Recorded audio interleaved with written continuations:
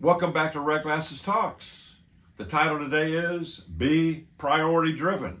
And you say, well, you've been saying that for weeks now. I said, well, we're in a series. And underneath that, we have specific things that we are talking about that are key priorities. Matthew 22, 37 to 39, Jesus said, love the Lord your God with all your heart, mind, soul, and strength. Then he said there's a second commandment like unto that first one, love your neighbor as you love yourself. So we've been going through those two verses and trying to lay out key priorities that Jesus laid out for us. And so we said the third priority, which we're on now, is a personal commitment to other followers of Jesus, Christians, disciples of Jesus.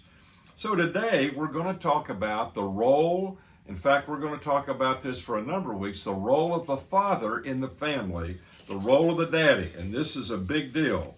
Someone said it this way, and I agree with it 100%.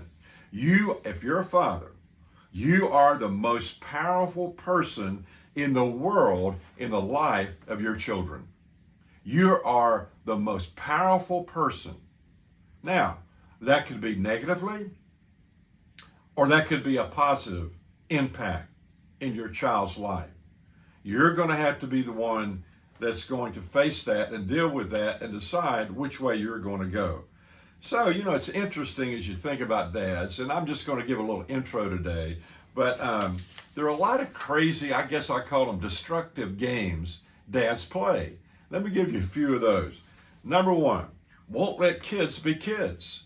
So the kid's a year old or 2 years old, and the dad's yelling at the kids in the grocery store, quit crying, don't act like that, don't be like that. Well, the kid's 1 or 2 years old or just barely out of the crib. Here's another one. I'll get my kicks through you. Have you ever been to a Little League baseball game?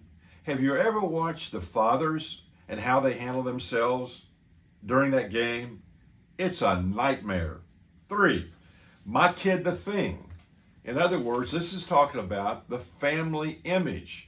And so we want the kids to conform to a certain concept that we have, an image we have, so that the family will be what we want other people to perceive it is. And a lot of times it ain't what we think others think it is. In other words, bribery.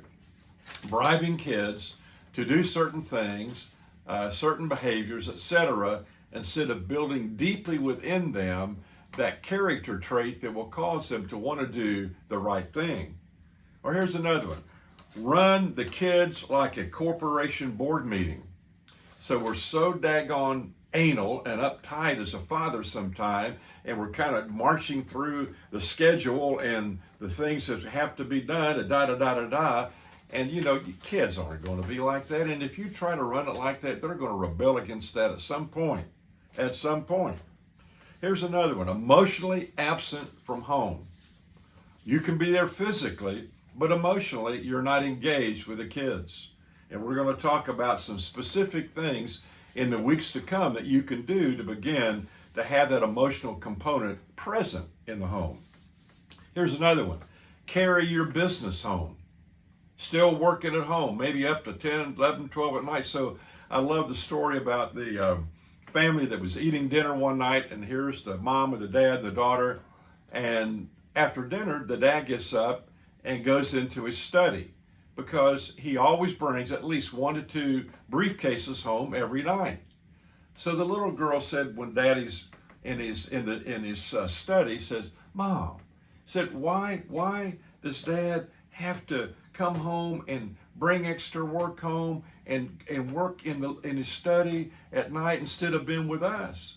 And the mom said, well, sweetheart, you don't understand. Dad has to work real hard to be able to provide us a beautiful home, and you get to go to camp in the summer, and you have a horse that you get to ride on the weekends, and lessons for the horse, and all these other things. And so, he just can't get it all done when he's at work. And the little girl said, can't get it all done at work. Well, why don't they put daddy in a slower group? I love that. Anyway, another one is, Phil, you have provided for the family if you take care of their physical needs. Listen, mental, physical, social, emotional, spiritual, etc. children need to become a whole person in all the dimensions of their lives, not just providing food and stuff. Finally, I would say one of the big ones is we just don't communicate. Fathers often just do not communicate, or don't know how to communicate, or don't take the time to communicate to their children. So I love what Will Rogers, the great sage from the past, said. Americans will join anything but their families. Americans will join anything but their families. So go back and remember this. Dad, you are the most powerful person in your child's life. See you next time.